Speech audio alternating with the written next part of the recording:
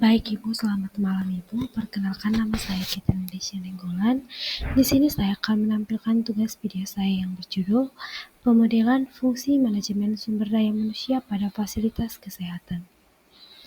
Adapun fungsi-fungsi manajemen sumber daya manusia pada fasilitas kesehatan yaitu manajemen merupakan inti dari administrasi yang ditunjukkan bagi tercapainya tujuan yang telah ditetapkan dalam batas-batas kebijaksanaan umum yang telah dirumuskan sebelumnya.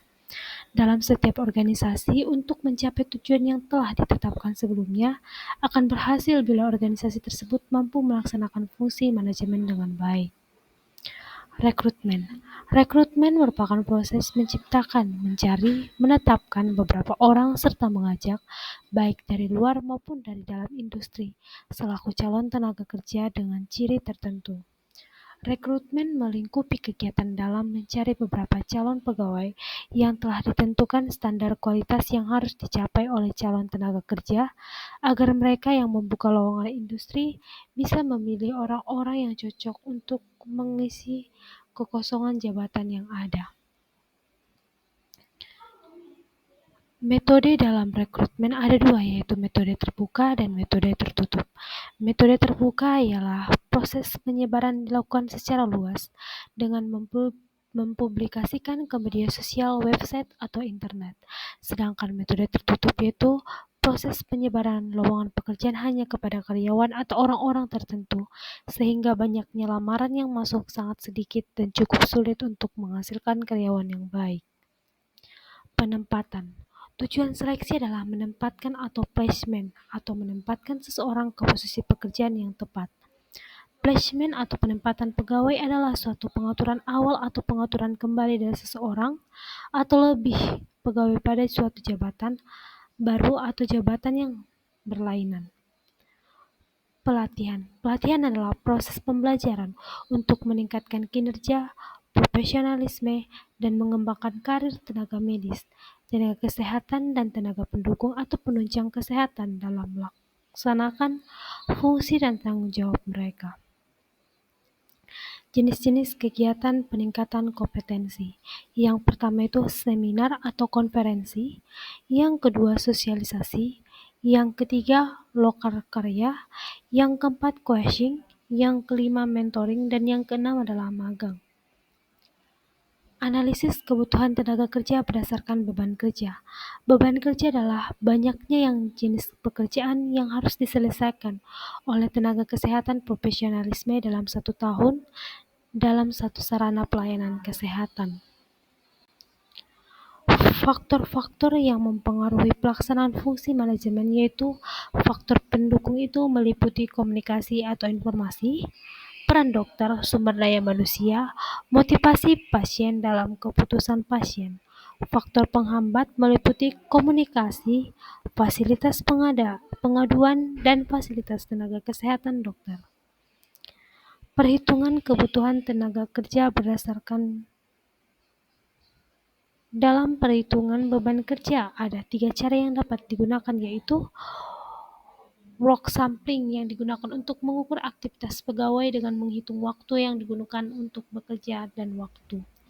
Yang kedua, time and motion study yang digunakan untuk mengevaluasi tingkat kualitas suatu pendidikan atau pelatihan bersertifikat. Sedangkan yang ketiga yaitu daily log merupakan bentuk sederhana dari work sampling di mana orang yang diteliti menuliskan sendiri kegiatan di waktu yang digunakan untuk penilaian tersebut. Nah, perhitungan kebutuhan tenaga kerja berdasarkan beban kerja. Tenaga kerja berdasarkan beban kerja yang dilaksanakan oleh setiap kategori sumber daya manusia yaitu metode Wilson atau Work Indication of Staffing Need. Metode ini digunakan untuk indikator yang menunjukkan besarnya kebutuhan tenaga pada sarana kesehatan berdasarkan beban kerja, sehingga alokasi atau relokasi tenaga akan lebih mudah dan rasional. Nah, untuk keunggulan dan kelemahan metode ini menurut Debcast Adapun keunggulannya yang pertama, mudah digunakan, yang kedua, mudah dalam melakukan prosedur perhitungan, yang ketiga, hasil perhitungannya dapat segera diketahui, yang keempat, metode perhitungan ini dapat digunakan bagi berbagai jenis ketenagaan, dan yang kelima, hasil perhitungannya realistis. Adapun kelemahan metode WISN yaitu input data yang diperlukan bagi prosedur perhitungan berasal dari rekapitulasi kegiatan rutin satuan kerja atau industri yang dimana tenaga yang dihitung bekerja, maka kelengkapan pencatatan data dan kerapian penyimpanan data mutlak harus dilakukan. Ada beberapa rumus. Yang pertama, rumus menempatkan waktu kerja tersedia. Yang kedua, standar kelonggaran. Yang ketiga, standar beban kerja. Dan yang keempat, kebutuhan sumber daya manusia. Adapun rumus yang digunakan untuk menempatkan waktu kerja tersedia yaitu waktu kerja tersedia A dikurang B tambah C ditambah D ditambah E tutup kurung dikali F. Sedangkan standar kerja itu standar beban kerja sama dengan waktu kerja tersedia per rata-rata waktu per kegiatan pokok. Sedangkan standar kelonggaran yaitu standar kelonggaran sama dengan rata-rata waktu per faktor kelonggaran per waktu kerja tertentu. Sedangkan kebutuhan sumber daya manusia yaitu kebutuhan sumber daya manusia sama dengan kuantitas kegiatan pokok per standar beban kerja.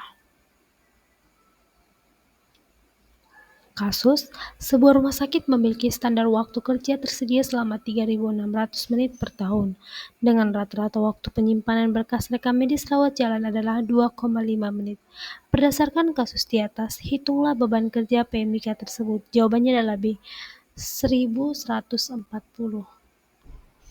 Pembahasannya, yang diketahui adalah waktu kerja yang tersedia yaitu 3.600, sedangkan rata-rata waktunya 2,5 menit. Yang ditanya adalah standar beban kerja. Seperti yang kita ketahui bahwa rumus standar beban kerja yaitu waktu kerja yang tersedia per rata-rata waktu per kegiatan pokok. Jadi 3.600 dibagi 2,5 sama dengan 1.140 menit per tahun. Maka standar beban kerjanya yaitu 1.140 menit per tahun. Kasus yang kedua, sebuah rumah sakit membutuhkan karyawan dalam bidang rekam medis.